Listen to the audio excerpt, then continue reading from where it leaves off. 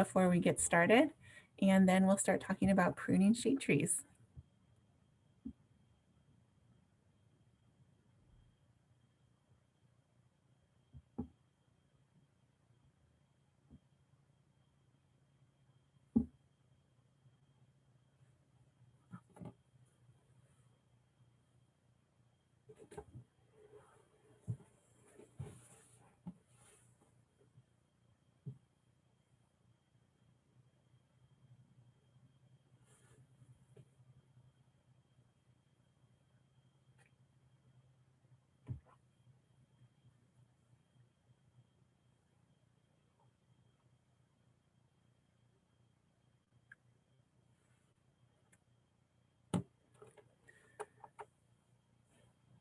All right.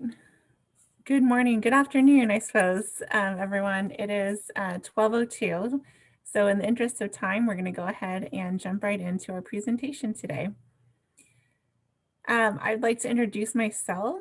My name is Pam Sanchez, and I manage the education programs at the Sacramento Tree Foundation. I'm a certified arborist, and I love getting to talk to people about trees, and I'm super glad that you're here with me today. I want to give a big thank you to our partner and host, the Regional Water Authority. We are so glad to work with you for this webinar and really impressed with your dedication to not only water savings for all your customers, but for tree care when you're saving water as well, and they are compatible. RWA wants to make sure you know that their website, bewatersmart.info, is a really great resource for water saving tips and also water saving tree care tips. Additionally to this webinar, they offer many other educational webinars at no cost as well, and we welcome you to come to another one as well. So I work at the Sacramento Tree Foundation, but I also want to give a big thank you to SMUD, who has been our partner for over 30 years now, and who has not only a big dedication to tree planting in the region, but to tree stewardship and care. And we're really grateful to be working with them after so many decades. And lastly, I would like to thank the Cordova Recreation and Park District, who graciously hosted our pruning videos that we created that we'll be watching together as part of the presentation. We've been working with them planting and caring for trees for years, and we're really excited to work at some of their parks this time.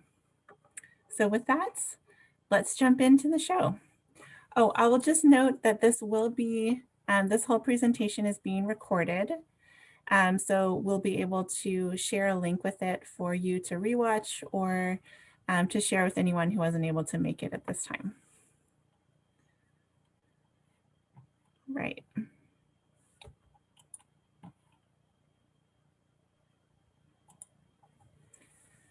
So what we're going to talk about today is pruning young shade trees. I want to be clear right from the start, pruning young shade trees is very different than pruning fruit trees. As fun and great as fruit trees are, this is a different presentation, and some of the methods and the timing on pruning fruit trees versus shade trees are very different. And this presentation is focused on large shade trees and pruning them when they're young. So what we're going to talk about today is very briefly planting, and then some safety tips. And then the real bulk of the presentation, of course, is about pruning or training your young shade trees, and the 5 steps that we recommend you follow to make it very easy to make sure that you get your young tree properly trained to be a strong grown-up tree. And then all the different cuts that you do to accomplish those goals and get the long-lived healthy tree that you want. So before we go any further, I want to give you I want to give you the answers right now. If this were a class that had a test at the end of it and I was going to quiz you on what we're learning today, right here, these would be the answers. I want you to be able to know in advance what I think the most important things for you to get out of this are. The first thing is that you can start pruning your young shade trees the very first winter after you plant them. You don't have to wait.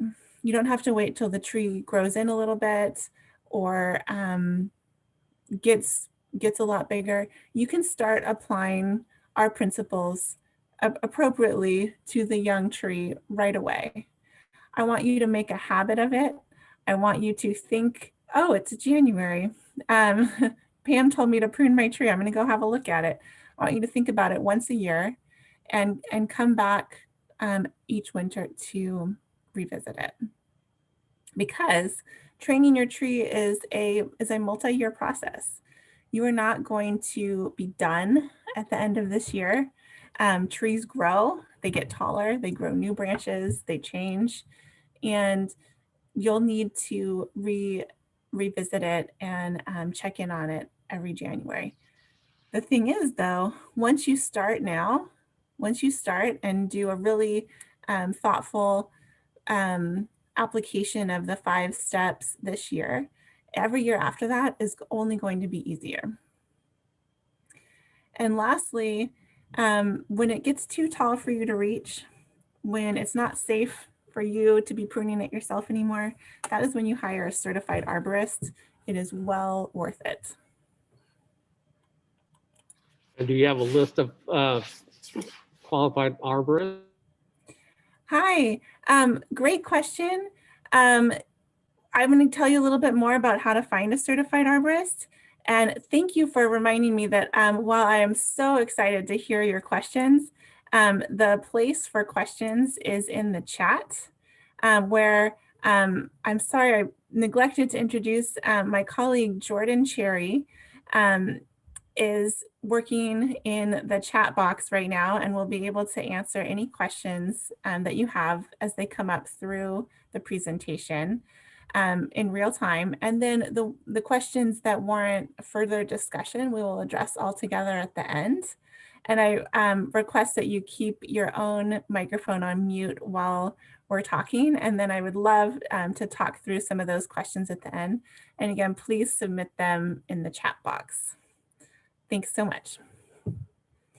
So before we dive into all the exciting parts about pruning shade trees, I want to pause very briefly and just remind us all why we care so much about trees and why it's so helpful to take such good care of them, because they take such good care of us. All of these benefits that trees provide, I could talk about for a couple hours about research studies and stories and all of the data we have that shows how beneficial they are. But just know that trees take good care of us, so let's take good care of them. All right, so now we're going to start talking about pruning. And you might not have expected me to show a slide about planting for this webinar, but one interesting thing is that the very first pruning you do on your tree might be on the roots.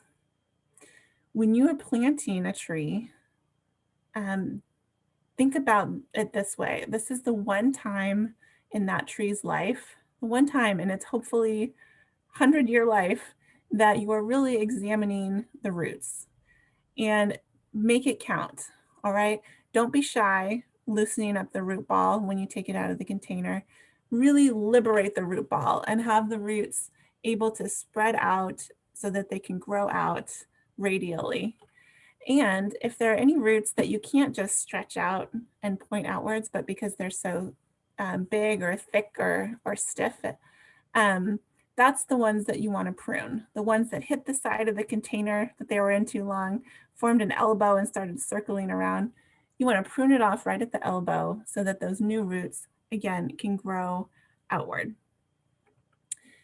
We have a really excellent how to plant a tree video on our website at sactree.com.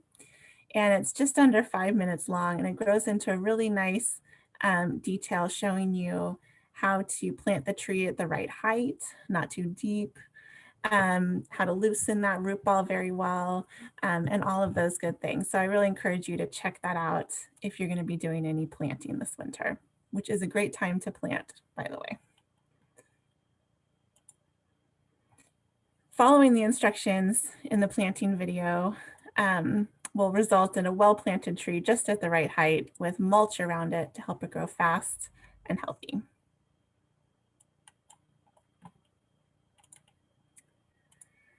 So let's talk about pruning. That's why we're here, right? Why is it so important to prune a young tree? Think of it this way. When the tree is young and you can reach all its branches when you're standing on the ground, you can make some very simple cuts that I'm going to teach you how to do today. And that will save you a ton of time and money when your tree is mature. It makes a huge difference now to really lay the framework for a strong and healthy and easy to maintain structure that you can do right now on a young tree for when it's grown up. If you have a teenage tree and you're wondering, Pam, is it too late? It's not too late. You might just be making some bigger cuts and you might need some assistance from an arborist as well. But what you're going to learn today, if you can apply that on your young trees, your grown-up tree will thank you, and your future wallet will thank you too. So let's get started.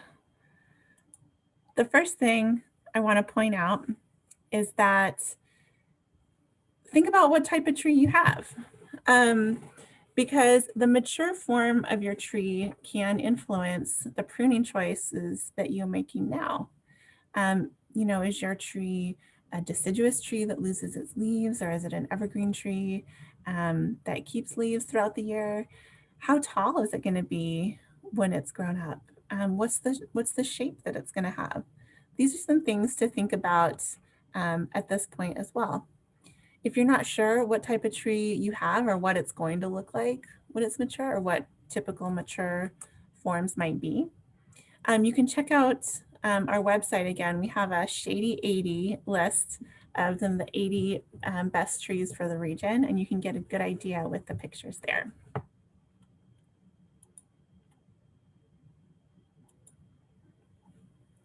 Okay, so we talked a little bit about our goals today. And before we go any further, I want to point out a few things that you always want to avoid when you're pruning your trees. First of all, like I alluded to, be safe. I don't get to see you in person today, and I wish I did. But I want to keep you all safe. And there are way too many accidents with people at their home on a ladder caring for their tree. It is very common, unfortunately. So keep your feet on the ground. And if you can't reach it to prune it yourself, or you can't reach it with a pair of pole loppers or something, that's when you hire a certified arborist. It is very easy to do, and I'm going to tell you a little bit about that on the next slide too. Another thing to avoid is taking off too much of the tree. Topping is a very harmful practice that unfortunately is still very common. And when I'm talking about topping, what I mean is cutting large mature branches near the top of the tree or further down, in between branches. So not at a place where it's easy for the tree to regrow from that, but just any old place, resulting in kind of a coat rack look. Not helpful for the tree. And unfortunately, it makes the tree less safe. And we'll talk about some of those reasons too. And lastly, we don't recommend that you paint or seal any of the pruning wounds. We're going to teach you how to make the cuts in the right spot so that the tree can naturally roll over and compartmentalize its wound as best it can. And that is the best way to let the tree heal from a pruning wound. no one has recommended using pruning sealant or anything for many years. It's not going to be helpful for your tree's recovery. Okay, so that was some things to avoid. Here's some things you do want to do. You do want to be safe. If you're pruning a large branch over your head, think about wearing a hard hat and think about some eye protection. If you can't do it yourself, again, a certified arborist is the way to go. There is a huge spectrum of difference between every person with a pickup truck and a chainsaw and a certified arborist who has years of experience, who has passed an exam from the International Society of Arboriculture, and who gets continuing education to make sure that they're aware of the best practices to take care of your trees. And it's easy to find a certified arborist in your area. There's a website called treesaregood.org. It is a cute name for a very serious and important organization.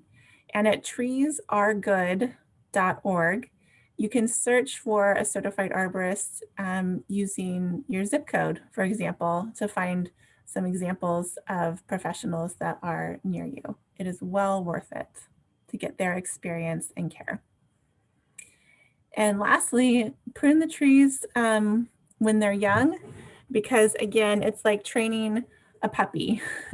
Your puppy may not know how to be a very well-behaved and healthy grown-up dog. You can teach it in the same way that you can show your tree the way. I said that was last, but actually the last thing here is that you don't want to prune off any more than 25% of the tree in any one year. And we're going to talk about this a little bit going forward too. But you don't want to stress the tree. And the same reason that topping can be stressful and harmful for the tree, even making good cuts but taking off too much at once can be stressful. And that's something that we want to avoid as well. So I have already hinted at the answer here.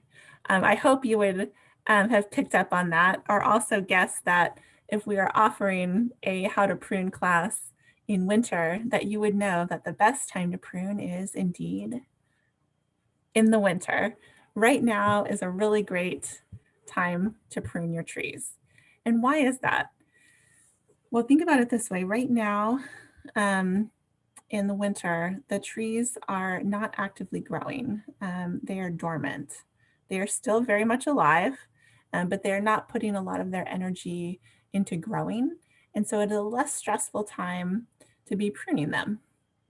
Also, deciduous shade trees, like this shantung maple shown in the photo, are a type of tree that often needs some training, some structural pruning that we're going to learn about today. And in the wintertime, they have no leaves and their structure, they're naked and their structure is really easy to see. And that makes this work much easier to do. In the other times of the year, like when the tree is really actively growing, it's good to avoid pruning at that time. It can also leave the trees more open to diseases by being pruned at different times of the year. However, like it mentions on this slide, if there are broken or diseased or any kind of branches like that, that can be done at any time of year. So let's talk about some pruning methods. A few key points before we start here. I mentioned the 25% rule. And when you're thinking about that, picture like a quarter of the full canopy of branches. Anything above ground right now, that's what we're looking at. And you don't want to take off more than about a quarter of that at once. And while you're working, I like to put everything I'm pruning in one pile all together so I can kind of look at the pile, look at the tree, and make sure that I'm sticking to around that 25%. All right, so let's jump in to the 5 steps. What I found teaching pruning for many years is that the thing that overwhelms us when we get out to the tree is that There's so many branches. And every tree is different. So both, while I can give a lot of great examples about ways to approach this, your tree is going to look different. And there can be so many things going on. It can be overwhelming to know where to start. But let me tell you, the 5 steps that you're going to learn today, that tells you exactly where to start and what your order of operations is. It makes it very systematic and easy for you to have a plan and make sure you're hitting all the buttons that you want to take care of. So let's dive into that. Here is step 1. Step 1 is make a clean canvas for yourself. I call it removing all the D's, the dead, diseased, dying, deranged. Get rid of anything on the tree that you know you're absolutely not going to keep. So are there branches that are broken? Are there branches that have, is there a branch that had a disease on it? Is there something really undesirable on your tree that you know you want to take off? Just prune it off right at the start. So you don't have to think about that and consider that anymore. I do want to point out that if you have water sprouts or suckers, and water sprouts you can see in that central picture, these really vigorously growing upright sprouts growing off of this branch, those are water sprouts. And then suckers, on the bottom right picture, suckers are similar to water sprouts, but they grow from the roots. And you can see those right here. And if your tree has a lot of those or regularly grows those, you may want to not just remove them, but you may want to remove them and look into what might be causing them, because they're often a sign or a symptom of over pruning or overly wet soil or compaction or injury at the base of the tree or something like that. So it may be worth looking into seeing what could be stressing your tree and causing an excess of water sprouts or suckers. Once you've completed step 1 and made a nice clean slate to start with, you get to step 2, which is a very important step. When we're thinking about what to do next, we're thinking about the main trunk. We also call the main trunk the central leader of the tree. Now take a moment to look at these 2 different trees next to each other. They're both the same species. They're both red maple trees, and they're about the same height and about, the same overall size, but there is a key difference in their structure. Do you see it? The tree on the right has a single central leader, we could say, or one main trunk with side branches. Whereas the tree on the left, if you see several feet up, it has 2 main leaders that are attached in a V shape right here. That is not as strong a structure, and we're going to talk about why. So when you have a V-shaped branch union like that, it's also called a codominant stem or a double leader, and those terms are used kind of interchangeably. When it's small, like this little tree on the left, doesn't look like a big deal, right? The thing is, small double leaders only get bigger. And as you can see all the way over here on the right, the problem with them is that over time, they are not as attached as strongly as a more horizontally attached branch. And what happens is there's the place where they're held together is very small, but the branches just keep getting bigger. And so you get a lot of bark included in the branch union, which is not as strong. And they're more likely to crack and then break, like you see in that central picture. So this is something that is so easy to fix when the tree is really young, that can cause a lot of problems if left in place when the tree is mature. And I really drive this point home. You can see this example a couple more times on this ash tree where it's starting to develop a crack. That's something that I noticed on my tree, I would take care of right away. And just the difference on these two really mature elm trees. You can see, again, one with this double leader that it's had for most of its life and another without. You know, if you could pick and if you could influence it when the tree is young, I would always pick a tree with a single central trunk and well-spaced side branches. One thing to note is that, you know, if you just pause for a second, you're like, okay, I'm with you, Pam. This all makes total sense. But then you're like, well, in a forest, no one's pruning the trees. Like they've evolved for hundreds of thousands of years and we haven't been there pruning them. That is absolutely true. The difference and why we focus on safety so much is that trees live with us. We live together in the urban forest and therefore the trees do pose some risk. And so something like removing a double leader when the tree is young is just one easy way to really mitigate that risk for us and make it much easier to live with. All right, so let's move on to step 3. Step 3 is to select and establish the lowest permanent branch.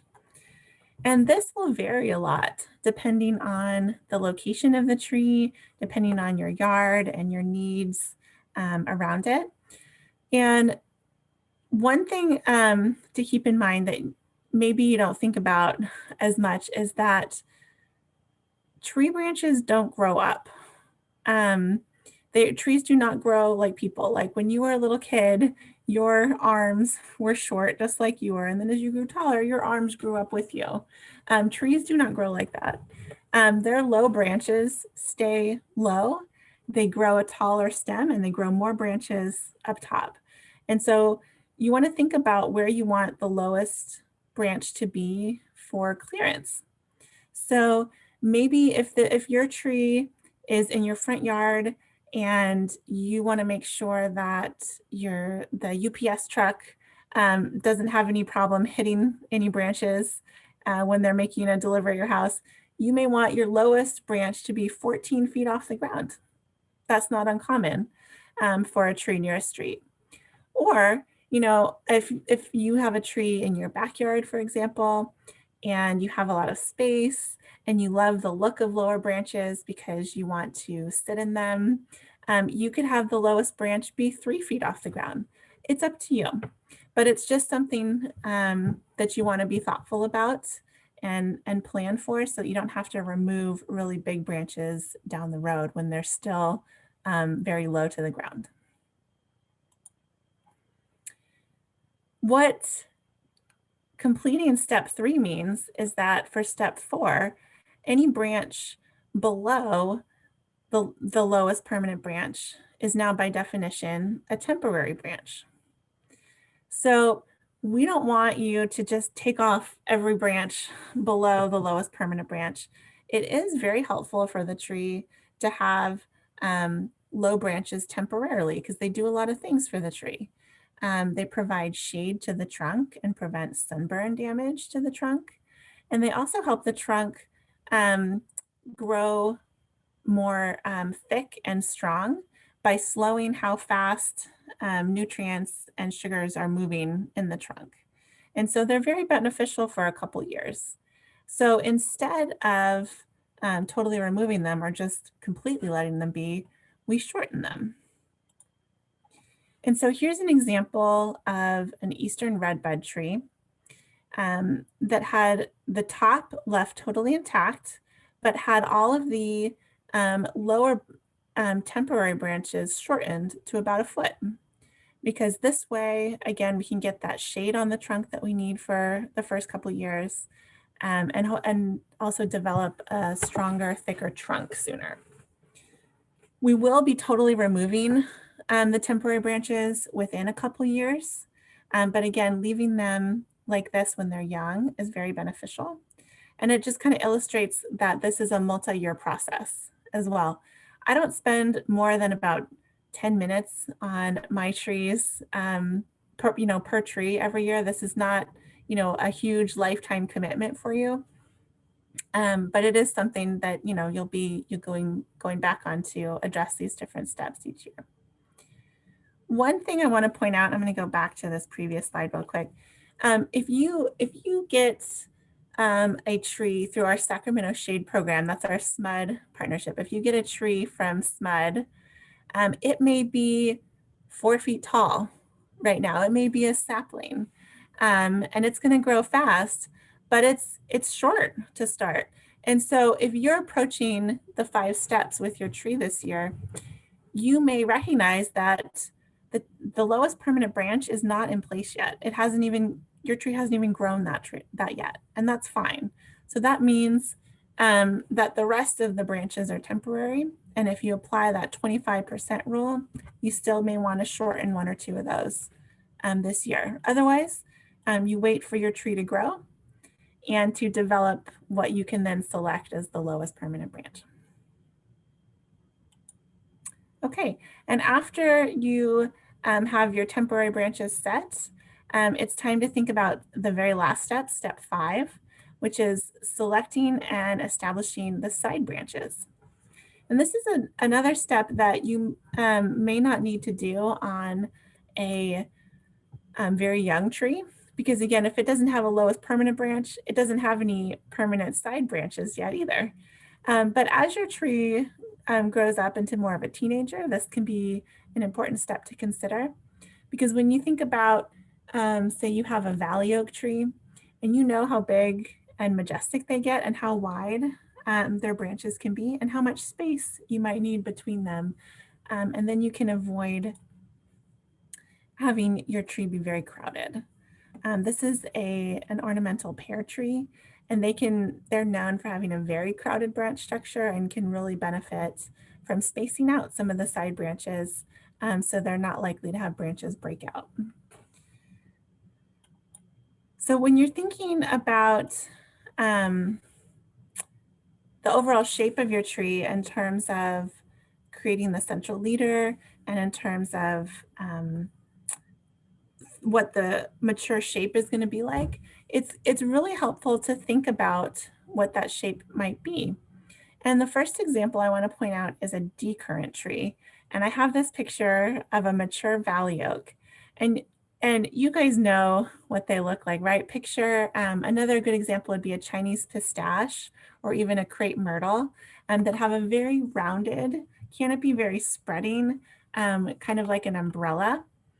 As opposed to an excurrent shaped tree, this is also an oak, but it's a pin oak. And another tree that has a really strong excurrent shape would be a cedar or a redwood. And those trees naturally tend to grow that single central leader shape that I talked about for step 2. They tend to just grow like that all by themselves. Whereas the other trees, the decurrent trees like the Chinese pistache or the valley oak, they tend to grow super wide. And you may pause now at this for a minute and think, okay, Pam, if I have a Chinese pistache and I know it's going to be super wide and spreading, why would I bother trying to encourage a single central leader when the tree is young, knowing that it's going to spread out very wide when it grows up? And that is a great question that you would have. And my answer is that the longer you can maintain the single central leader into the tree's teenage years, the better foundation of umbrella-shaped canopy the tree will have when it's grown up. So it's not that I'm saying we need to keep your valley oak looking like a redwood its whole life. That would be ridiculous and not possible. But what I'm saying is when it's like a teenager, if we can get that spreading canopy started with a strong trunk and spaced out side branches, it will have a better start when it does spreading out wide, and it will be stronger.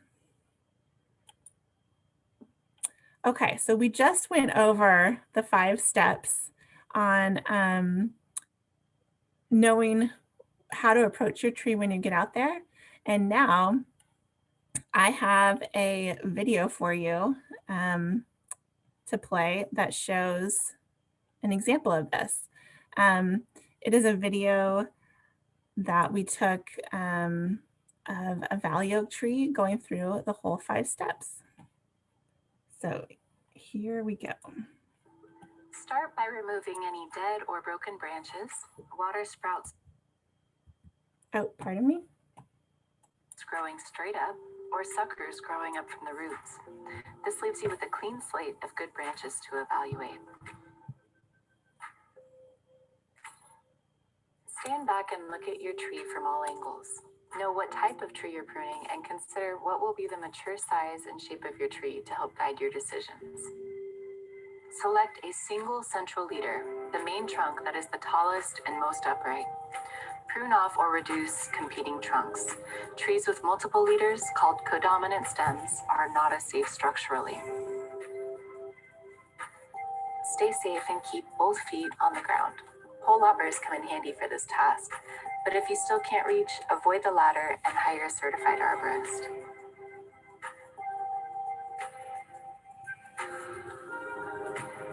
Select and establish the lowest permanent branch. Look around your tree. How much clearance under the tree do you want? Tree branches do not grow up as the tree grows taller, they stay in place. So if you have a small tree, the lowest permanent branch may not even be present yet. Above the lowest permanent branch, you'll eventually select and establish permanent side branches. Your tree might still be too small to have these, but once it grows tall enough, choose branches that are well spaced and no more than 1/3 of the trunk diameter.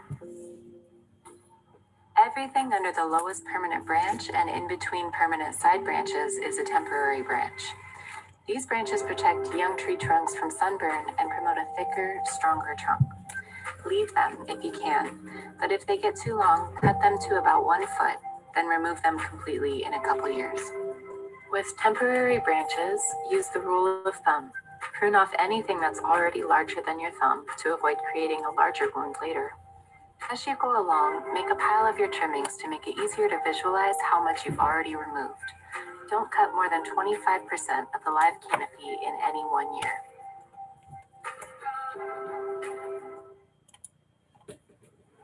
All right.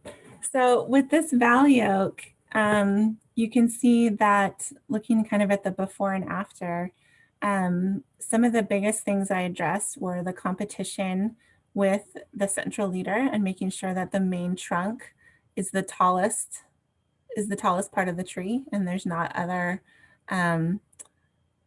branches up there competing with it. And I also removed a branch that was kind of circling around in a really awkward way that I didn't want it to keep. And then the other main thing I did was shorten some of those temporary branches, but otherwise leave them in place. And then lastly, removing, lastly, it was the first thing I did, removing the suckers from the base of the tree. And that was it. You can see that there is more to do, and I hope to come back to this tree next year and remove some of the fully remove some of the temporary branches from the bottom, see how the central leader is growing, and if there's any other, what other work might be there to do next year.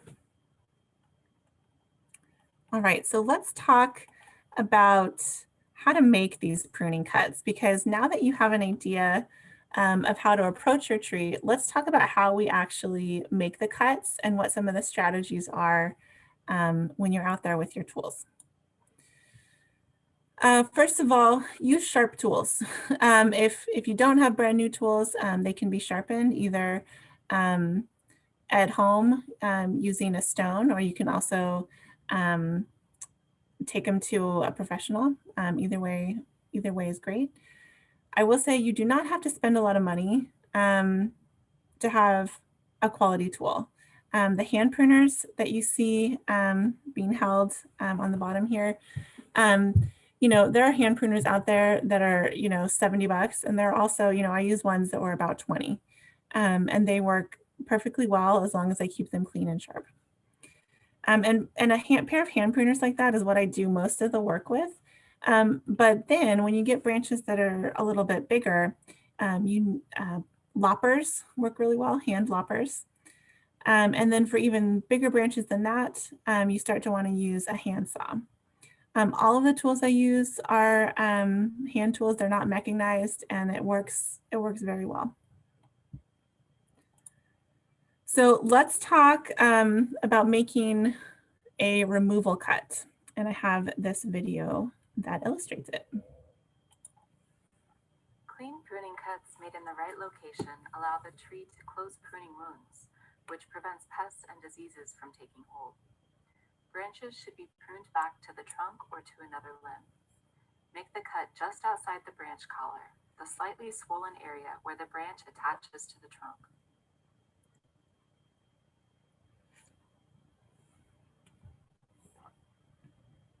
Here's another example.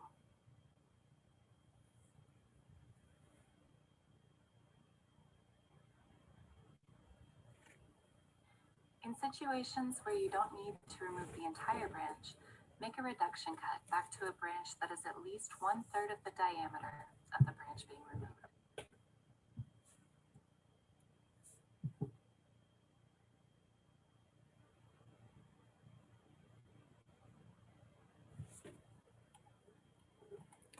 All right, so let's talk about those two types of cuts, the removal cut and the reduction cut. Knowing those two things, you'll be able to accomplish all of the goals that you have when you're working through the 5 steps. So like I showed in the video, the removal cut is when you're taking a branch back all the way to the trunk. And you don't cut it straight with the trunk.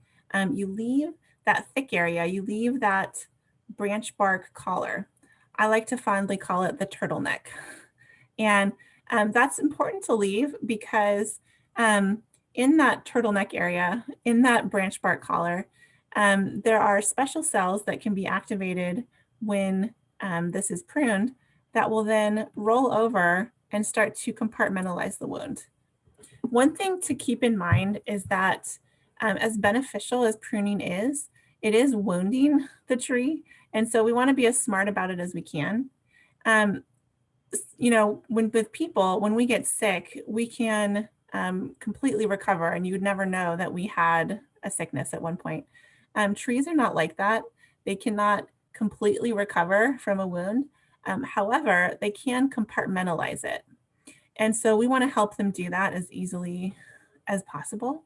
And that is by making the cut right outside the branch bark collar, right in the right spot that will activate this rolling over and sealing off of that wound.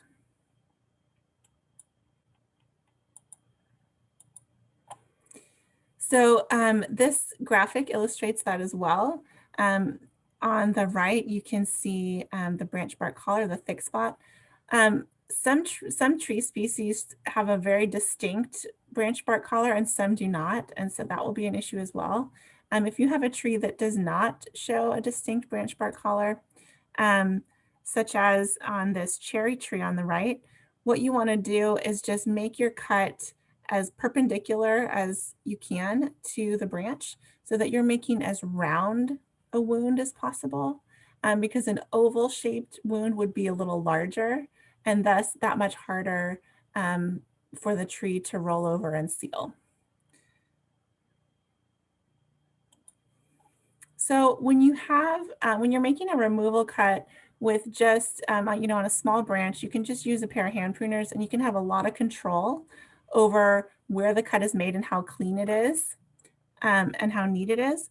When you have a much larger branch, a much heavier branch where you need to use a pruning saw, it's possible that the significant weight of that branch as it's falling when you're cutting it can tear into the bottom of that really delicate and critical branch bark collar tissue. And we want to avoid that. And it's very easy to do by making a 3-step cut. And I have a video to show you how. Larger branches require a couple extra steps to ensure the weight of the falling branch doesn't tear out the wood below as it falls. First, use a pruning saw to make a notch in the bottom of the branch, 6 to 12 inches away from the trunk, only cutting about a third of the way through. Next, move out an additional inch or so and cut from the top all the way through the branch. Make your final cut in the proper location just outside the branch collar.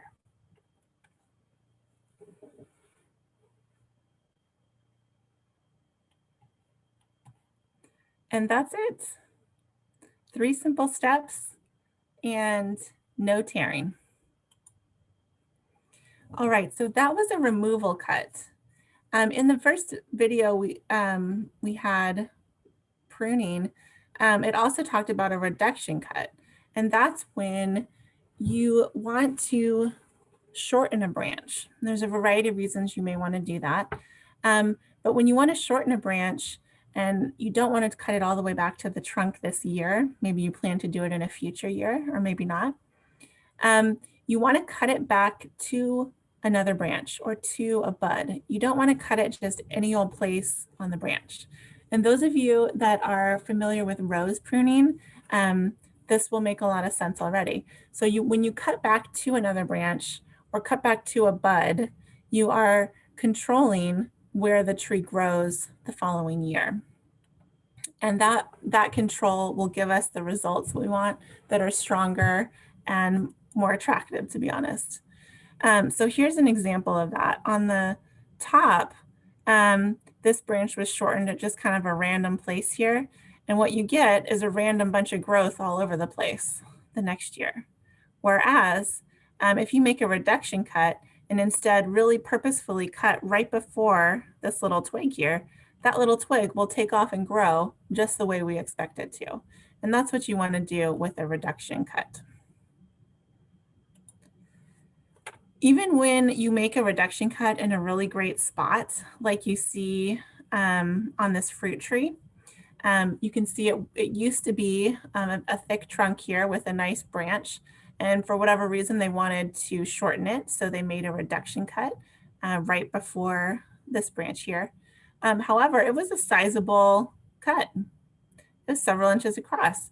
And sometimes that's unavoidable. And you may need to make a cut that large. But if you can avoid it, it's a good idea because like we talked about with the rolling over of the branch bark collar tissue, the reason that a bigger wound can be problematic is that it can leave the tree open to decay, to fungi organisms that can get into the tree and weaken the wood and make it less stable. And again, you know, you see arborists making cuts on trees all the time, but you know, the smaller cut, the easier it is for the tree to compartmentalize it and easier to keep it safe if you can.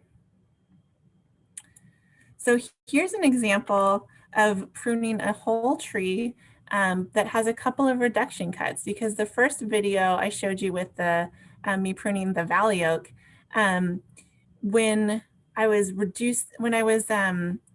eliminating the competition of the central leader, I made some removal cuts near the top of the tree with the pole loppers. Whereas on this young Zelkova, that wouldn't really be possible because there's so many branches up at the top and I don't want to remove too much of the canopy at once. So I'm going to make some reduction cuts, and let's look at that video.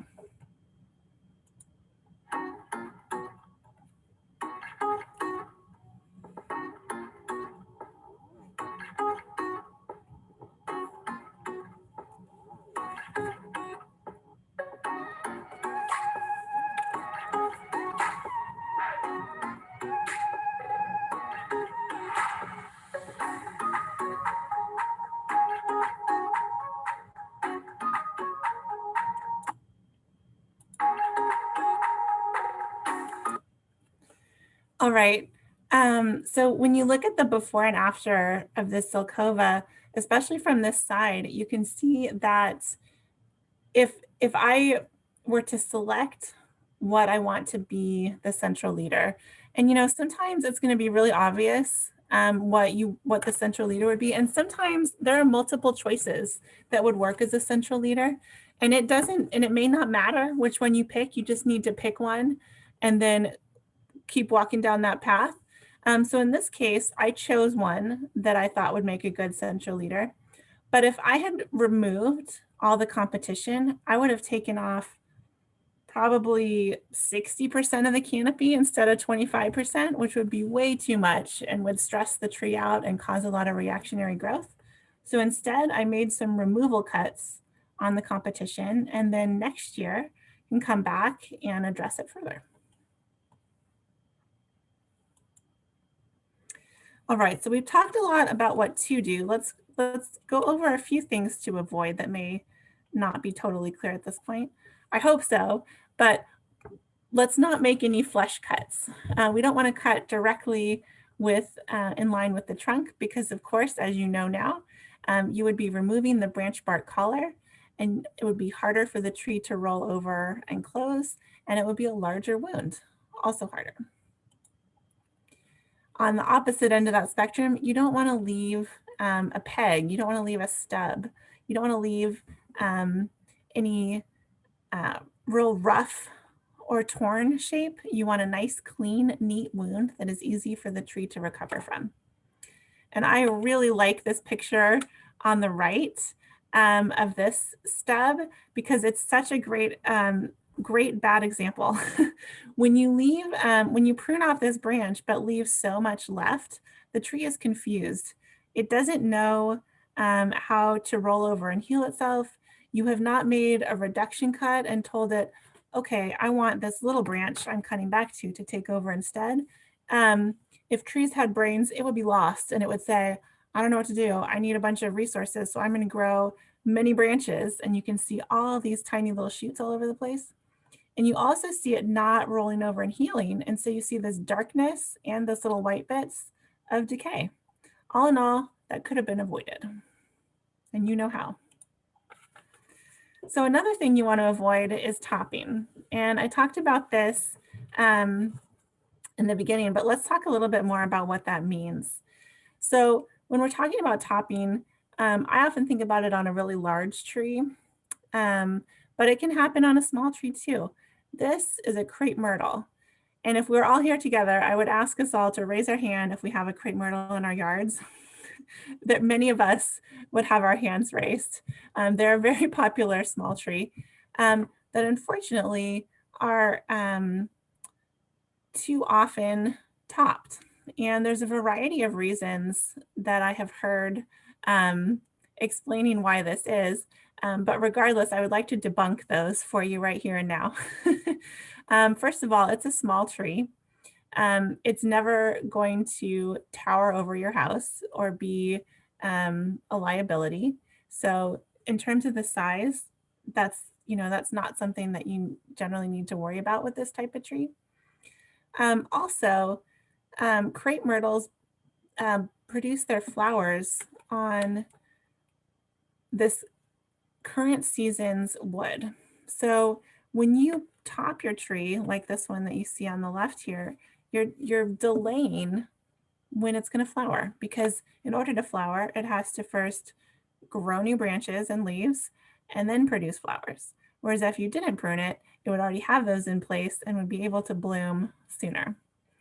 The other problem with this is that in topping a tree, you're not permanently keeping it small. The tree has its genetic destiny for the size that it wants to grow to, and it is going to keep growing, trying to grow back to that size every time, no matter what. That is its life's goal. And so it will, after topping, a tree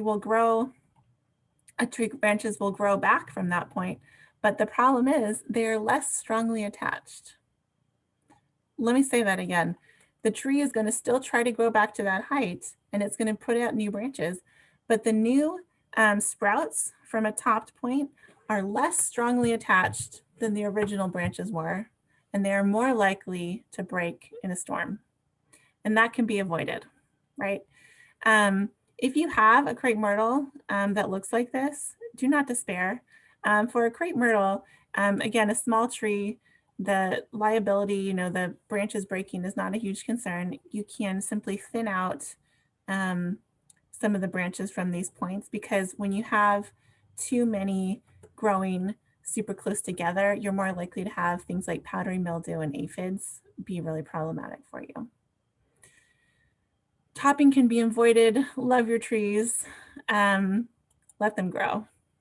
So here's a difference in topping versus pollarding. So another type of tree that I commonly see topped in this region is the mulberry. And that's the tree you see on the left. And this is one that's often topped very severely and left to what I think looks like a big knuckle growing out of the ground, big nubs. The problem is, as you know, they try and grow back every single year, and they are extremely fast growing, so they grow very long shoots. But again, those branches that they grow out of the little knuckles are not as strongly attached. And so it's not safe to top a tree and then let it grow to its mature height because it's not going to be as strong, and it's more likely to have those branches break. The difference between topping and pollarding, which is a really specific topping-like pruning system that is common in Europe sometimes. Also, it's still here locally, like I think it's Loman's Plaza on Fair Oaks Boulevard that has some pollarded sycamores, if you're curious. And that's something that still needs to be maintained every year. My take is, if you want a smaller tree, plant a smaller tree. Let your big tree be a big, beautiful tree. Topping and pollarding are a lot of work for you. And the results of those are branches that are not that useful. They end up in the landfill, and that's just a bummer. So plant the right size tree in the right size space, and you won't have to worry about it. Another thing to be aware of and to avoid is a practice called lion's tailing. And this is where you remove a lot of lower branches or a lot of interior branches and move a lot of the weight of the tree more towards the top and towards the outer edges. It turns out that is the least safe thing you can do to have a nice strong structure of the tree. You ideally want most of the tree branches to originate from like the middle 2/3 of the tree. That's going to be the safest. So if you look at this super extreme example of lion's tailing, this photo on the right, I've never seen anything so extreme before or since. But if you believe me, those trees that have been pruned up so strikingly are sycamores. And I'm guessing they did that for a view. But regardless, that is now a very unstable tree that is more likely to break without the balance of lion's tailing. If you are concerned about the safety of your tree and reducing some weight, it is much more beneficial and effective to do end weight reduction rather than lion's tailing, which would be the complete opposite, and removing some weight from the ends. And that's something that you can keep in mind if you're hiring a certified arborist and you want to know to care for a mature tree, and you want to help, make sure you're asking for the right thing. That can be something that you think about avoiding. And there's a lot of information on the Sacramento Tree Foundation's website about hiring a certified arborist and some questions to ask them. So if you're curious more about that, then certainly check out our page on hiring an arborist as well. So as we get to 1 o'clock, I have one more video to show you, and then we'll be able to wrap it up and have some Q&A. So this final video that I want to show you, I've talked quite a bit about the 5 steps and how to avoid pitfalls, like having a double leader, what issues that there can be with that. But sometimes when you're approaching your tree, it can be very easy and it can be very straightforward, and you may not have to make a lot of cuts. And here's an example that shows that.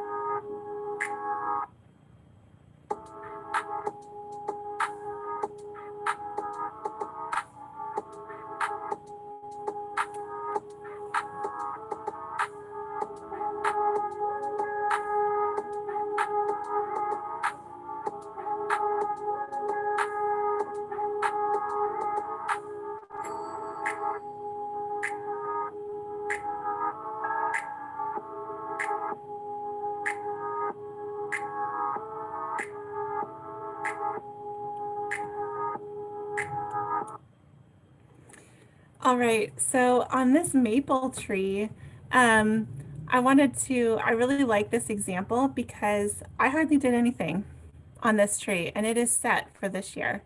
It already naturally had a single central leader with no competition. I didn't do anything to this tree before the video. And all I really did were two things. I totally removed a lower branch that was getting to be very thick and I didn't want to have to make a big cut on it later. And I shortened some temporary branches and that was it. And it was done. And I'm not going to look at it again until next year and it'll be fine.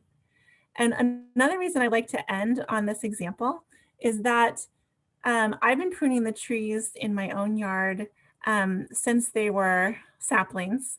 And I hardly have to do anything to them every year because I've started them off on this very easy path right from the beginning.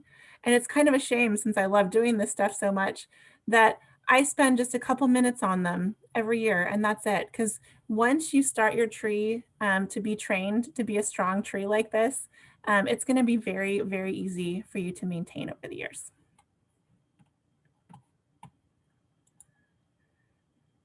All right, so I'm so glad that you joined us today, and I hope that this was really helpful and illuminating.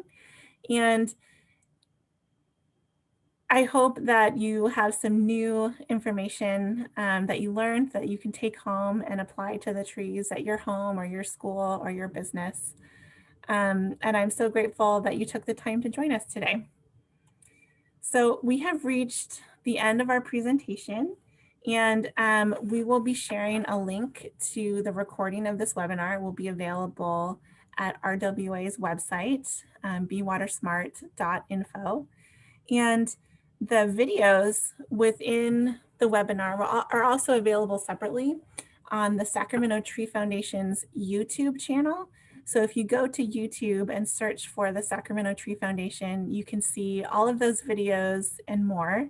If you want to watch even more examples of structural pruning for trees. And at this point, I'd like to wrap up and have Jordan come back on and let us know if there are any questions that we can address. Hi, thanks, Pam. There was a couple that I wasn't able to answer.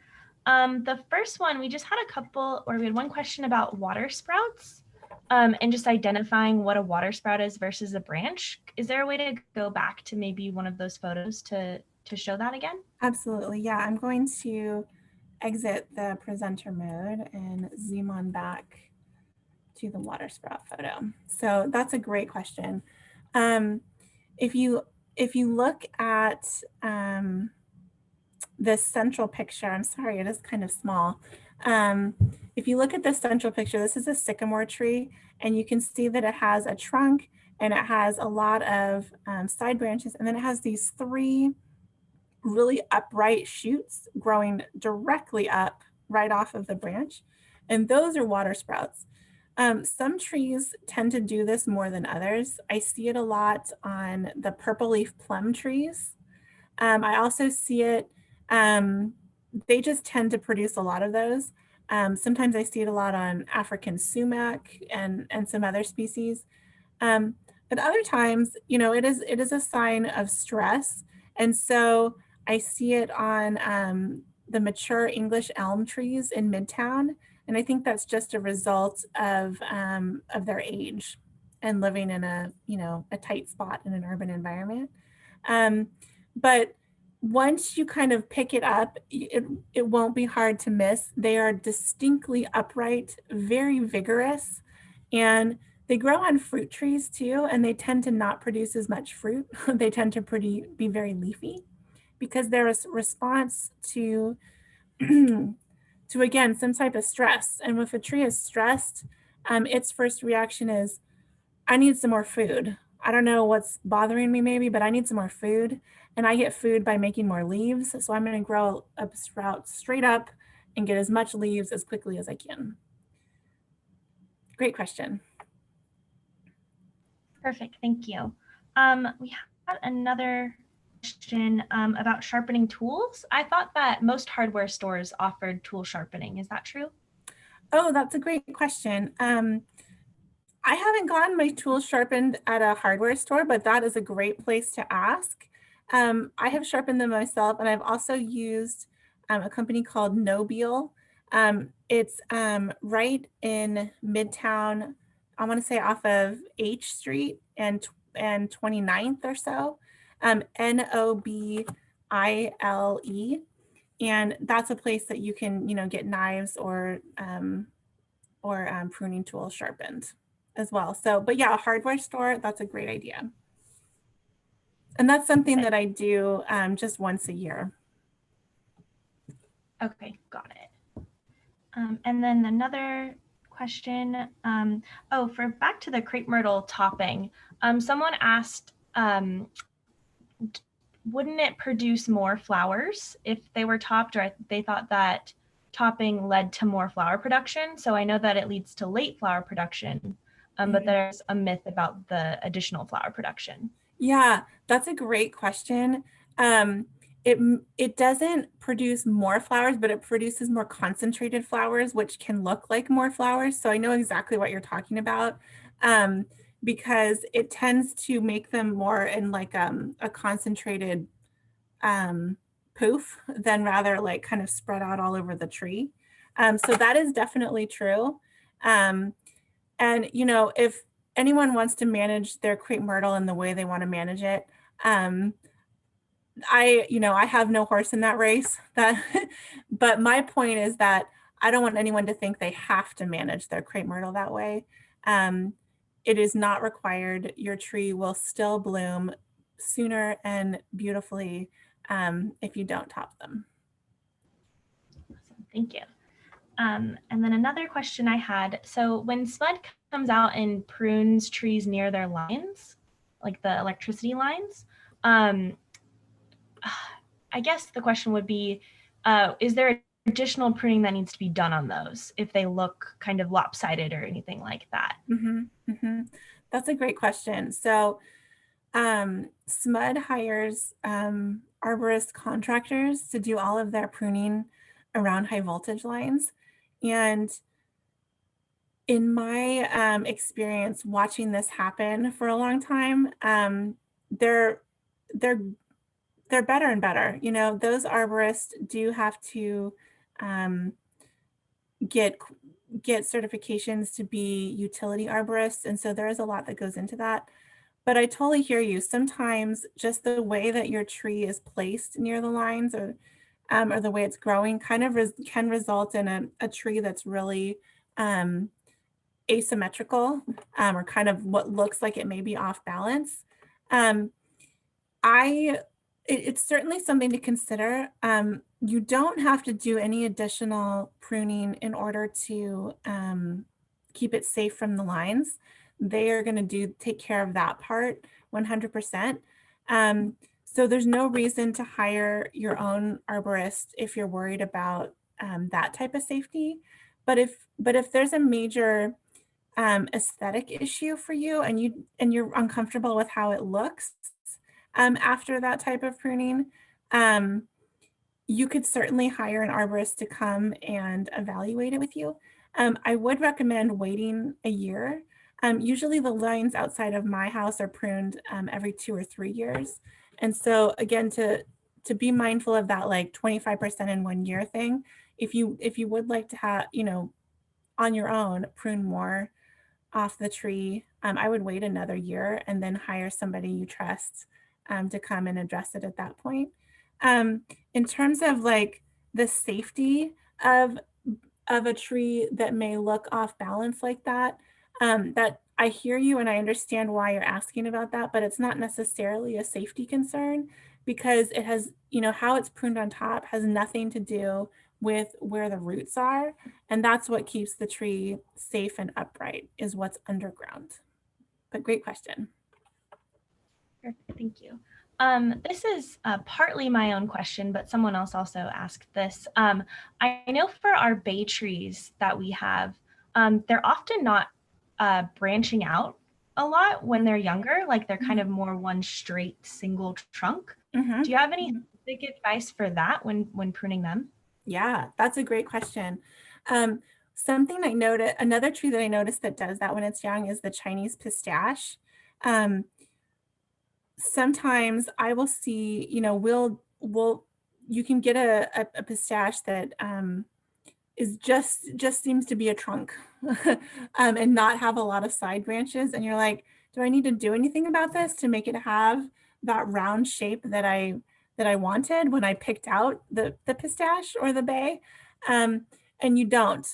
If you will trust me, I promise you, your tree will grow side branches and it will reach its destiny of being a nice round canopied, really lovely tree. All these trees are doing on their own is they are planning ahead. They are growing up and then they are growing out, just like we people do sometimes, they're going to put on their height first and then they're going to start to fill in their side branches. You don't have to do anything. It can look strange when they're young to have them be tall and slender like that, but they absolutely will develop those side branches. That is what they want to do. Perfect, thank you. Another question we had was, what about water sprouts that go straight down? Should those be pruned off? Interesting. Yeah. If you have branches that go straight down and you don't like the look of them, I would treat that like you would any other undesirable branch in step 1, and just cut it off and don't worry about it, and then move forward with the rest of your pruning. That's just an aesthetic issue, and so feel free to take them off if you don't like that. It can be annoying to have some grow straight down sometimes, and it doesn't seem like something you'd want to keep on your tree for the long run. So that's understandable and you can just cut them off. Perfect, thank you. So I think that was about it. I had one about should you deadhead your crepe myrtle, which I think, would that mean just topping? Is that something else? Yeah, or that question may refer to removing the dead flowers from the previous year. You don't have to. I never do on mine. The new branches grow right around it and you'll never notice when it's blooming this year. If you like to do that because you prefer the look throughout the winter, that's totally up to you, but it's not necessary at all.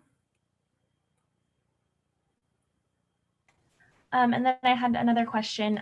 If they have excess water sprouts from over pruning, should they leave it alone or prune off the sprouts? And they should probably prune them off, correct? Oh, that's a great question. So you're saying like the tree got over pruned and it stressed it out a little bit. And so it reacted by creating a bunch of water sprouts. I've definitely seen that happen. So hypothetically, let's say you over pruned your tree in January of 2020. And now here we are, and it's been a year, and you've seen your tree produce a ton of water sprouts. And a year later, now you can start to really remove some of those and thin them out to get towards that mature structure. But if that happened within the last year, if it's a lot more recent, I would wait a little bit longer before pruning again so that we don't stress it further. But if it's been about a year, you can certainly start to address it at that point. Thank you. And then the last question that we have in, if a tree wasn't planted deep enough about 2 years ago, the roots are very exposed at the top. Is it okay to dig it up and replant at the proper depth? And how much of the roots should be saved as they are dug up? Ooh, that's a really great question too. So I would definitely watch our planting video just to kind of get an idea of what the ideal planting height is. And what I would do for this tree is I would do the wiggle test. I would go up to your tree and hold on to the trunk and shake it really good and see, watch the ground as you do that and see, do you see the ground moving quite a bit?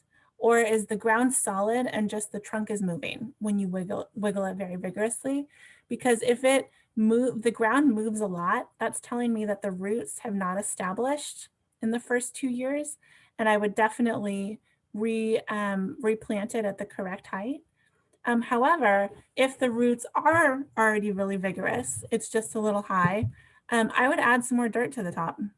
That would be no problem too, because you want the root flare visible. You want to see where those first initial roots are going, and you want that to be right at the ground level. But if there's a lot of root exposed below that, just put some dirt, steal a little bit from somewhere else in your yard and put that around it so that it's only up to the root flare. And either way could be a good solution. If you do end up totally replanting it, just try and dig it up in as wide a diameter as possible so that you capture as much of the roots that are there as you can. Perfect. Thanks, Pam. I think that was the last question that I saw in the box that haven't been addressed yet. Okay, great. Well, thank you so much for managing those questions and every question, Jordan. I appreciate that. And again, thank you guys so much for joining us today. It speaks so much to me how much you care about our community and care about our urban forests, that you took time out of your busy lives to join me and learn about caring for your trees today. So thank you again. Thank you to RWA for hosting this, and be sure and check out the recording if you'd like, or our videos and more at sactree.com. And thank you so much. We'll see you next time.